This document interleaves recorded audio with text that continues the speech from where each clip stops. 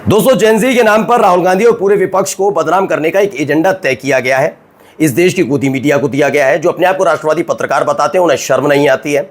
यही नहीं, इस देश की मीडिया के साथ साथ बीजेपी आईटी सेल भी इसी राह पर है। वो बात अलग है, आज आपको मैं दिखाऊंगा। जेनजी की तारीफ करते नहीं थकते थे एक वक्त में नरेंद्र मोदी साहब का वो बयान जेनजी के बारे में क्या था वो भी दिखाऊंगा। क्या वही जेनजी अब नरेंद्र मोदी साहब को पसंद कर रहा है वो भी देख लीजिएगा। ताज़ा ओपिनियन पोल है, एजेंसी की तरफ से किया गया, एक जनता की तरफ से किया गया ओपिनियन पोल है, उसकी ताज़ा तस्वीरें देख लीजिएगा। नरेंद्र मोदी साहब क्या सोचते रहे जेनजी के बारे में वो देखिए। वो आता लगे आज गले की फांस है तो जेनजी आज अखर रहा है। लेकिन उत्तराखंड से ले लद्दाख तक क्यों ये छात्र सड़क पर उतरे हैं, क्यों ये अपने हक की आवाज़ उठा रहे हैं और जेनजी के नाम पर इन्हें कोसा जा रहा है, एक एक तस्वीर आपको दिखाऊंगा और आप समझिएगा कि आखिरकार जेनजी क्यों इनके गले की फांस बनाए। नमस्कार, मैं हूं प्रज्वल गौतम और आप देख रहे हैं the live TV. The live TV, सच सबसे आगे। शुरुआत इस खबर के साथ कर रहा हूं, बड़ी खबर है, पहले देखिए।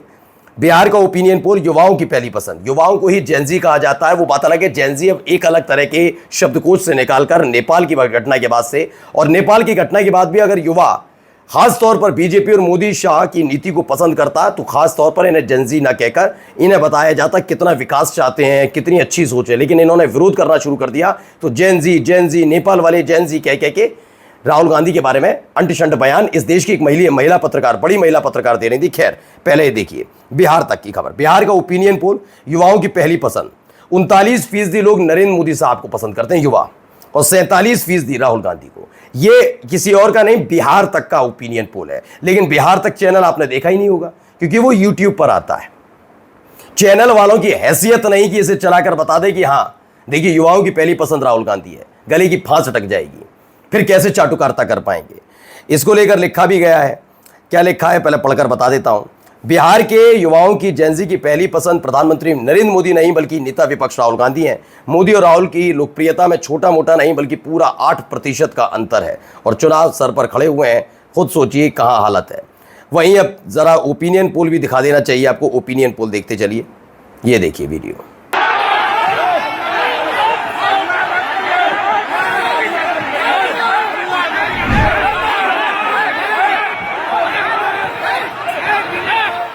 तो अलग अलग तरीके से आवाज़ है ये जो सुन रहे थे अभी आप। यहाँ पर सिर्फ फुटबॉल के हालात पैदा हुए हैं। पूरा वीडियो भी आपको दिखाता चल रहा हूँ। देखिए कैसे क्या हो रहा है। कुर्सियाँ फेंकी जा रही हैं, मारा पीटा जा रहा है, कूटा जा रहा है। ये ओपिनियन पोल जनता का है। एक ओपिनियन पोल एजेंसी के दिखाया, एक दूसरा ये देखिए।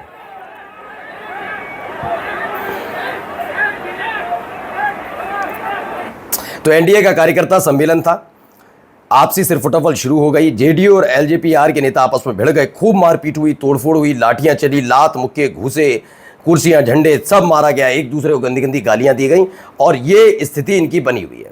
लेकिन अब आते हैं जेनजी पर। साहब Gen Z, PM Modi addresses NCC. सुनिए क्या कह रहे हैं। NCC NSS volunteers calls Gen Z as India's Amrit generation. इन्हें एक वक्त में अमृत जनरेशन कहा जाता था।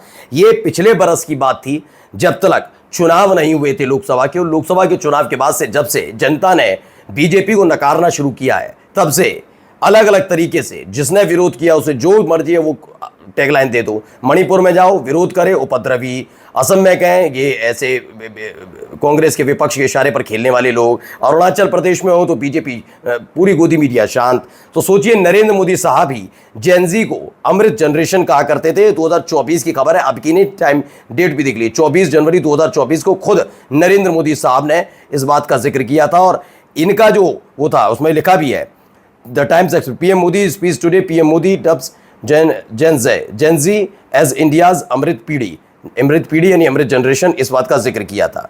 लेकिन अब क्या हो रहा है जरा सुनिए चित्रा त्रिपाठी की भाषा शैली भी। क्या राहुल गांधी भारत में गृह युद्ध चाह रहे हैं? क्या तख्ता पलट से ही सत्ता हासिल करने की कोशिश में लगे हुए हैं राहुल गांधी? और क्या जेन जी के कंधे पर बंदूक रखकर अपनी सियासत को आगे बढ़ाने की कोशिश में लगे हैं राहुल गांधी? आज इसी पर दिखाने वाले हैं ग्राउंड रिपोर्ट। अब इन्होंने पहला जो कहा कि जेनजी के कंधे पर बंदूक रखकर, तो क्या यह सवाल उल्टा नहीं होना चाहिए कि जेनजी के कंधे पर बंदूक रखकर ही साल 2014 में मोदी ने सत्ता पाई थी? ये सवाल पूछ पाएंगी चित्रा त्रिपाठी? सवाल पूछ पाएंगी? नहीं। इनके चेहरे हाव भाव से ही पता लग रहा है कितनी सच्ची और ईमानदार पत्रकारिता कर रही हैं। खुद ही समझ लीजिए, जेन जी का नाम लेकर, दरअसल क्या है ना, बीजेपी को पसंद नहीं आ रहा और ऐसे चाटुकार जो पत्रकार होते हैं उनको पसंद नहीं आता कि मोदी साहब के खिलाफ, जब आप 2007, मैं पहले भी कह चुका हूं और आज भी कहता हूं, कांग्रेस का जब हालत खराब हुई थी साल 2014 में, तो यकीन मानकर चलिए उनके नेता समझ गए थे। वो जबरदस्ती नहीं कर रहे थे, बदनाम नहीं कर रहे थे अपनी देश की जनता को, देश की जनता को बदनाम नहीं करना चाह रहे थे, लेकिन इन्होंने किया। जब जब मोदी साहब को दिल्ली में नकारा गया विधानसभा चुनाव में, तो इसी देश के यही तथाकथित पत्रकार उस देश की जनता को, दिल्ली की जनता को भिगमंगा तक कहते थे कि फ्री की आदत पड़ गई है। लेकिन जब लोकसभा चुनाव में सारी सीटें बीजेपी की गोदी में जाती तो कहते थे विकास चाहती है जनता, वही दिल्ली की जनता। तो ये दोगले और गिरगिट टाइप के पत्रकारों से क्या सर्टिफिकेट चाहिए? सोचिए, पत्रकारिता कर रहे हैं ये सारे के सारे। हाल ही में एक महिला पत्रकार ने कह दिया राहुल गांधी ओछी बातें करते, ओछी सोच नहीं राहुल गांधी की, जो विदेश में जाकर बोले। किसने कहा था कि साल 2014 से पहले शर्म आती थी भारतीय होने पर? यह होती है ओछी बातें। लेकिन ओछी बात बोलने वाले के सामने बोलने की हैसियत नहीं है इन लोगों की, यह स्थिति इन लोगों की। चलिए आगे देखिए, ये जेनजी का एक बयान भी सुन लीजिए। जेनजी कहूंगा आज मैंने,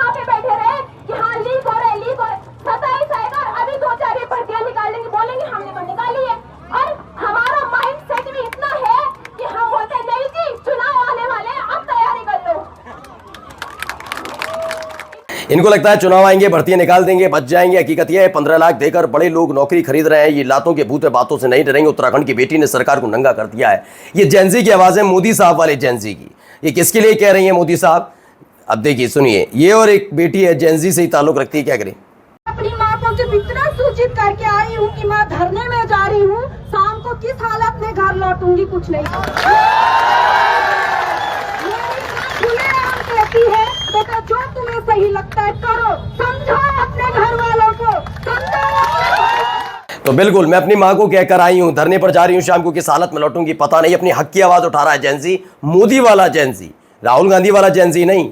ये वही जेनजी है जो 2014-2019 में आपके नाम के माला जपते थे। ये वही जेनजी है। आज जब आपसे सवाल पूछ रहे हैं, आपसे अपना हक मांगना चाहते हैं, तो सोचिए इनके लिए क्या क्या नहीं बोला जाता। और बिके हुए खूंटी पर ईमान टांग कर बैठे हुए पत्रकार बोलते हैं, तब बड़ी हंसी आती है, जिनका खुद का कोई ईमान नहीं। आइए अगला देखिए। गांव में भगवा घुसने ही ना दिया जाए। इनको बोले झंडा हमारे हाथ में दो और भगवा अपने हाथ में वापस लेके जाओ, क्योंकि हमारे संविधान ने हमें सिखाया है कि सिर्फ हिंदू धर्म सर्वोपरि नहीं है, भारत के समस्त धर्म सर्वोपरि है। तो ये जेनजी है, मोदी साहब वाला जेनजी, जिसकी तारीफ पिछले साल 2024 में नरेंद्र मोदी साहब ने की थी। अब ये किसके खिलाफ बोल रहे हैं नरेंद्र मोदी साहब? हाँ, हो सकता है फिर बिके हुए ईमान वाले पत्रकार आकर इनके नाम पर लेबल लगा दें। जिन लोगों ने शर्म नहीं आती, मैं तो हमेशा हैरान रहता हूं इन पत्रकारों से, बेशर्म पत्रकारों से, पूरी जिम्मेदारी के साथ बोल रहा हूं, जिन्होंने इस देश के अन्नदाता को उग्रवादी, जिस देश की अन्नदाता को साजिश करता, देश में अराजकता फैलाने वाला तक कह दिया था। मैं लानत भेजता हूं, तो सोचिए इनको कहां छोड़ेंगे। जिसकी वजह से वही नहीं, उनके मां बाप से लेकर पूरा परिवार खाना खाता है, उन अन्नदाताओं को नहीं छोड़ा तो इन्हें छोड़ देंगे, क्योंकि इनको सिर्फ सत्ता की चाटुकारिता करनी है। खैर, हालत उनकी भी खराब है, चेहरे उतरे हुए हैं उनके भी। उत्तराखंड में यूके SSC पेपर लीक मामले में राज्य सरकार ने टिहरी में तैनात असिस्टेंट प्रोफेसर सुमन को निलंबित कर दिया। प्रोफेसर पर आरोप है कि उन्होंने पेपर के सवालों के जवाब उपलब्ध कराए थे। यहां से कार्रवाई शुरू हो रही है, लेकिन सत्ता नहीं छोड़ेंगे। हम सबको निलंबित कर देंगे, बर्खास्त कर देंगे, हम ये कर देंगे, लेकिन हम खुद सत्ता नहीं छोड़ेंगे। हम गलत कर ही नहीं सकते, बात यह है। ये सारी स्थिति निकलकर सामने आ रही है। आइए अगली खबर देखिए। अब आइए लेह लद्दाख से। ये हालात पैदा हो गए। 2 साल से सुनी नहीं सोनम वांगचुक की, लेकिन आज सोनम वांगचुक के लिए भी गंदगी उतारने के लिए, उगलने के लिए तैयार हुए मीडिया, तो बड़ी बात नहीं है। लेह लद्दाख में चल रहे आंदोलन में 4 युवाओं की मौत हो चुकी है। नेपाल से भी बदतर स्थिति लद्दाख उत्तराखंड में बनी है। देश के युवा सड़कों पर मचल रहा है। जेनजी आर पार के मूड में है। जागो युवाओं जागो, कहीं देर ना हो जाए, ये तमाम चीज़ें फिलहाल ये कहा जा रहा है। वहीं देखिए, लद्दाख में भड़की आग, मोदी सरकार के बड़े टेंशन क्यों? सोनम वांगचुक ने अपने पर लगे आरोपों पर क्या दिया जवाब? ये तमाम चीज़ें हो रही हैं, उन पर आरोप लगाए जा रहे हैं, कई तरह के आरोप, क्योंकि सरकार के ऊपर कोई आरोप नहीं। इस देश में ट्रेन हादसा हो जाए, सरकार की जिम्मेदारी नहीं। इस देश के अंदर पहलगाम आतंकी हमला हो जाए, सरकार की जिम्मेदारी। सरकार अच्छे कामों की जिम्मेदारी लेता है। GST की वजह से कमर तोड़ दी आम इंसान की, वो बड़ी बात नहीं है। बड़ी बात यह है कि उसको कम कर दिया तो तख्ती बैनर लेकर बाजारों में घूम रहे हैं, मुख्यमंत्री मंत्री सब घूम रहे हैं। इतनी शर्म नहीं आ रही इन सबको कि बता दें जीएसटी भारी भरकम लगाई किसने थी, तब भी ये करने की हालत रखते हैं। इनके पास मुद्दा नहीं बचा। और सोचिए कितनी, तभी तो कह रहा हूं रेटिंग आप लोगों की गोदी मीडिया की क्यों गिर रही है, इसीलिए गिर रही है क्योंकि देख रहे हैं कि सच दिखाने जाता तुम चाटुकारिता करते हो। लद्दाख प्रशासन ने लेह में प्रदर्शन पर रोक लगा दी है। ना प्रदर्शन होगा, ना भीड़ जमा होगी, ना नारेबाजी होगी, और फिर बताया जाएगा कि देखो देखो कितने लोकप्रिय शख्सियत हैं साहब। अब आइए अगली खबर। Lieutenant colonel Purohit promoted to colonel after acquittal in 2008 Malegaon blast case. Every day we find novel ways to humiliate the others. देखिए बिल्कुल सही कहा इन्होंने। 2008 मालेगांव ब्लास्ट केस में बरी हुए लेफ्टिनेंट कर्नल प्रसाद श्रीकांत पुरोहित को लंबी कानून लड़ाई करने के बाद कर्नल पद पर प्रमोट कर दिया गया है।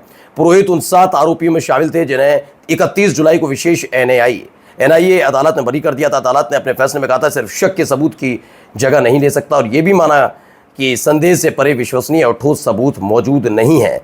ये खबर निकलकर सामने आई है। अब आप फैसला खुद करिएगा। और जाते जाते एक खबर जरा कर्नाटक की भी देखिए। नमस्कार। कर्नाटक के हासन जिले के हिंदू मंदिर के ये दृश्य पिछले कुछ दिनों से सोशल मीडिया पर लोगों को गुमराह कर रहे हैं। दरअसल 21 सितंबर के रोज जब श्रद्धालु हिंदू देवता गणेश के मंदिर में पहुंचे तो उन्होंने मूर्ति पर चप्पलें रखी देखी। कुछ ही समय में इस मामले में सोशल मीडिया पर तूल पकड़ते हुए हिंदू फोबिया से लेकर धर्मांतरण माफिया की कहानी रच ली गई।